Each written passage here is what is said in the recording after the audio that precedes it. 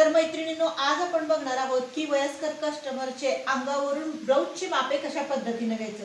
खूप सोपी खूप छान पद्धत मी तुम्हाला सांगणार आहे।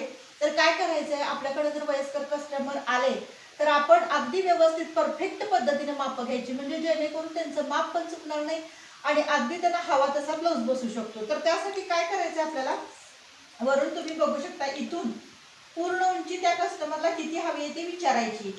आता ह्यांना हवी आहे इथपर्यंत, तर आपण दाखवायचं त्यांना की कुठं आपल्याला अशी उंची घ्यायची वरून शोल्डरच्या इथून ते कस्टमरला कुठपर्यंत हवा आहे विचारायचं।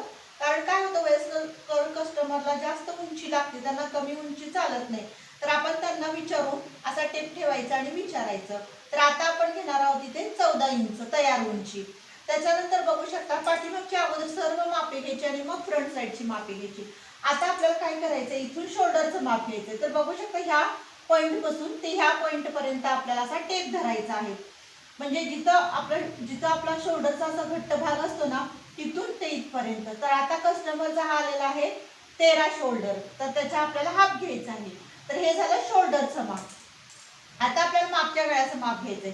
तर इथून कस्टमरला कुठपर्यंत गळा हवा आहे मागचा, म्हणजे 6 पर्यंत का 7 पर्यंत हे त्यांना विचारायचं। असं आपण दाखवायचं त्यांना, असं इथं बोट ठेवून की बाबा 7 इथे येते, 6 इथे येते। कस्टमर म्हणले ठीक आहे इथपर्यंत घ्या, तर आपण त्या पद्धतीनं मग मागच्या गळ्याचं माप घ्यायचं। त्याच्यानंतर बघू शकता मुंड्याचं माप घेताना काय करायचं आपल्याला नेहमी, तर मुंड्याचं माप आपल्याकडे नसतं तर नेहमी असा टेप धरायचा आपण आणि बघायचं इथपर्यंत, असं थोडंसं सैल धरायचं, म्हणजे घट्ट टेप धरायचा नाही।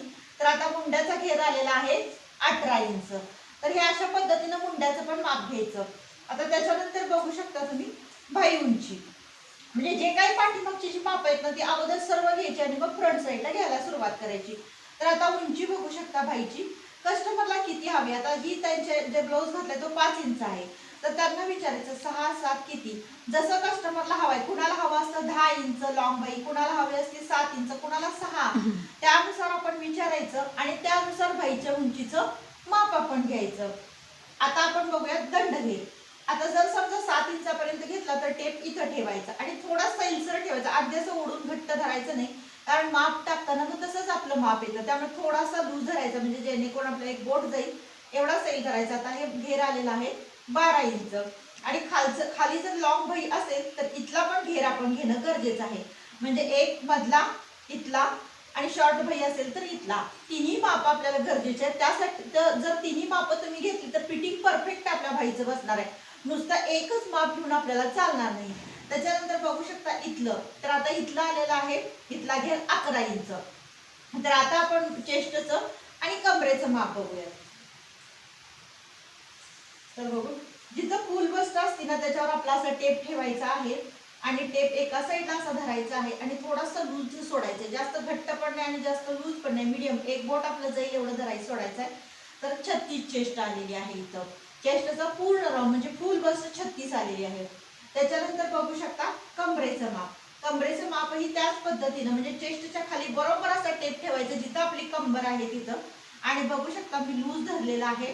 तर आत्ता आलेले आहे 33 इंच। आणि फ्रंट साईडचा गळा घेताना नेहमी विचारायचं कस्टमरला, बरेच जणांना पुढचा गळा असतो ना तो कमी लागतो, कुणाला जास्त डीप लागतो, तर त्यांच्या आवडीनुसार आपल्याला माप घेणं गरजेचं आहे आणि त्यानुसार शिवणं गरजेचं आहे। तर इथे आपण टेप ठेवायचा आणि बघू शकता कस्टमरला विचारायचं इथं 6 येते, इथं 6.5 येते, 7 इंच येते। तर तुम्हाला फ्रंट साईडच्या गळ्याची उंची किती हवी आहे ते त्यांनी सांगितल्यानंतर आपण तेवढी उंची ठेवायची, म्हणजे अशा पद्धतीनं पुढच्या गळ्याचे पण माप आपण घ्यायचं। तर मैत्रिणींनो, वयस्कर जर कस्टमर असेल तर कशा पद्धतीनं आपण अंगावरून ब्लाऊजची मापे घ्यायची, म्हणजे अगदी परफेक्ट पद्धत मी तुम्हाला सांगितलेली आहे।